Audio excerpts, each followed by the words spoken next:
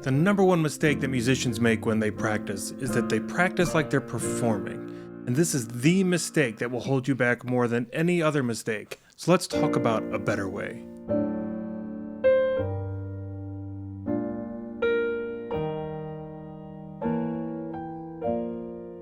I had a problem. A few years ago, I hit a plateau in my jazz playing.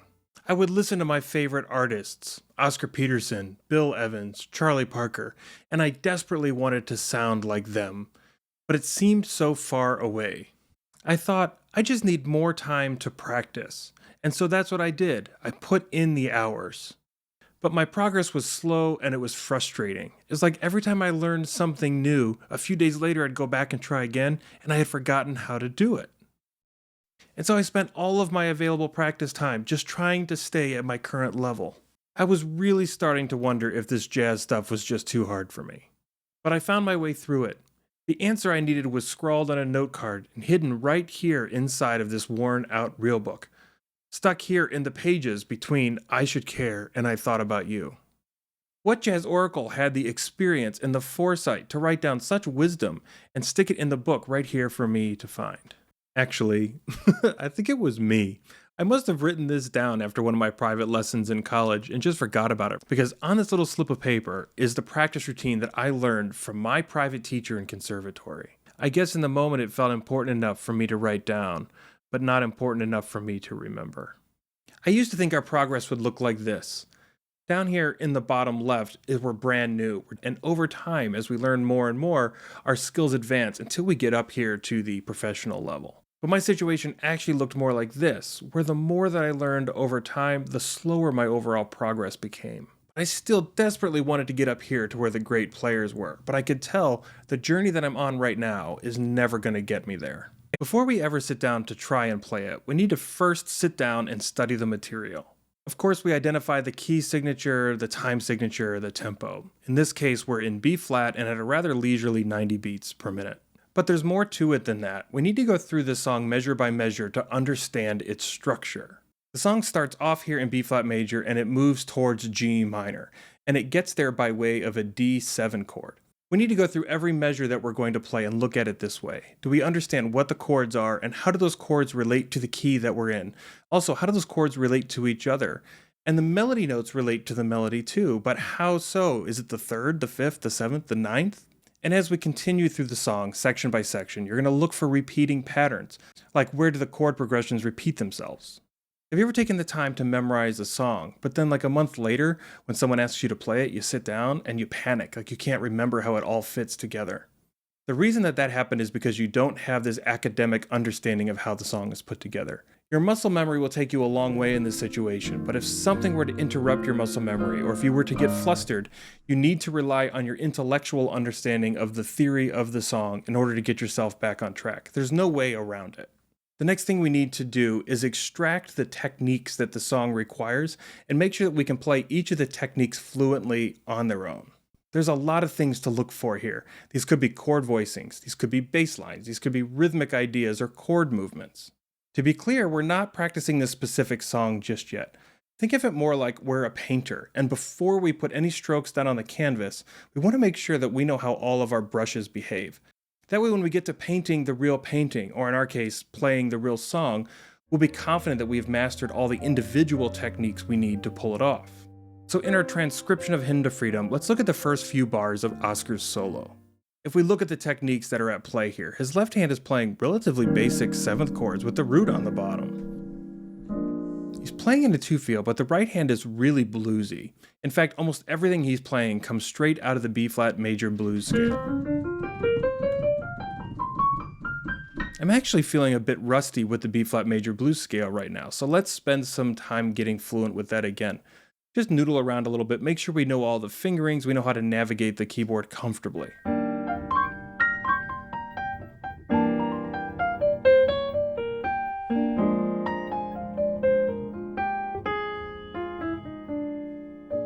And now that I'm more comfortable with this technique, the solo feels much more approachable. It's not just a bunch of random notes notated out for me to pick out one by one, but instead I can see it. It's a B-flat blues. Over time, you'll start to build up a collection of these techniques that you know and that you're fluent in. And as you do that, the future songs that you practice will come much faster because you won't have to spend as much time getting reacquainted with the underlying techniques. But what are you supposed to do right now when you don't yet possess the knowledge of all of these techniques? How are you supposed to recognize these techniques when you've never been exposed to them before? Psst. Hey, Josh. Oh, hey, did you hear that? No, down here. Did you know that jazzlibrary.com has a premium collection of over 75 different lessons that teach you all of these different techniques? What, really? I had no idea. What a brilliant resource that would be absolutely perfect for all of my students. Yeah. Down in the description, I put a link for 30% off. Go check it out. Would you look at that? After I click the link in the description, I have access to all kinds of videos from chord voicings to scales, soloing techniques, song breakdowns, and more. So head on over to jazzlibrary.com to check out our courses. And thank you, Jazz Library, that's me, for sponsoring my video. How generous of me. All right, that's enough of that. Now that we've spent the time to get our hands comfortable with these techniques, it's time to start actually playing the song.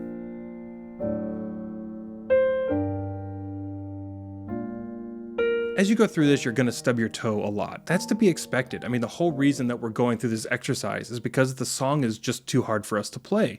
That's what we're trying to accomplish, right?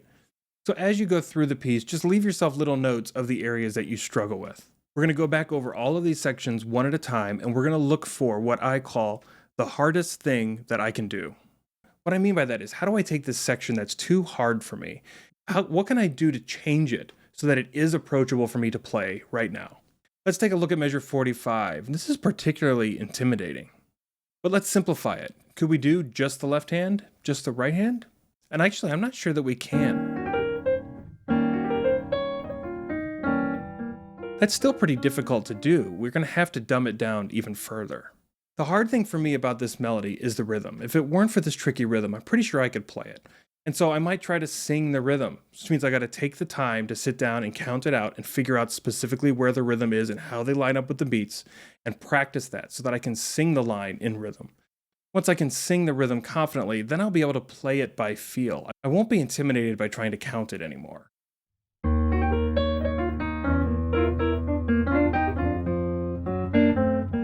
This process takes some time to go through, so you might be thinking, why don't I just go through this note by note, figure out where my hands line up, and just learn it that way? And you could. I mean, I've done that dozens of times. The problem is, I don't think I can still play any of them.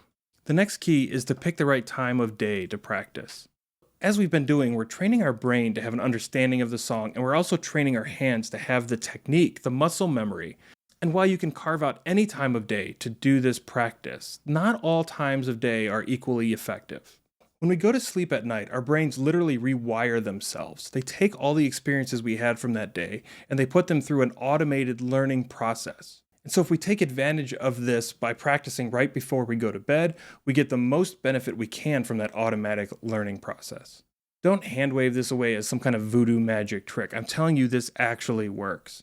Don't just trust me on it. Try it for yourself. Before you go to bed tonight, try to play something that's technically tricky.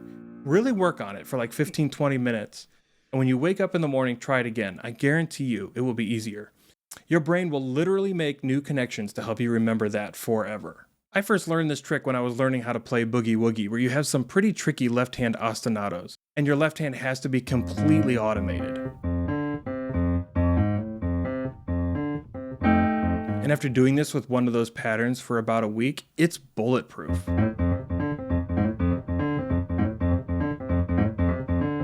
I can do it while I'm reading a book.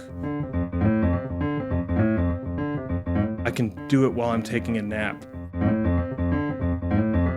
I can do it while I'm responding to email. I already know that this last step is the one you're most likely to skip, but if you do, you're going to seriously limit your potential. Are you ready for it? You just need to record yourself playing and take the time to listen back with a critical ear. When we're practicing this hard, our brain is working overtime just to kind of get through it, just to get through the physicality of playing the song. You don't have enough bandwidth left to critically listen to yourself playing and identify things you need to do better. You need to separate these two things to be effective. So just record yourself playing, and then later, at another time, listen back to your own recording and take notes of the things you need to do better.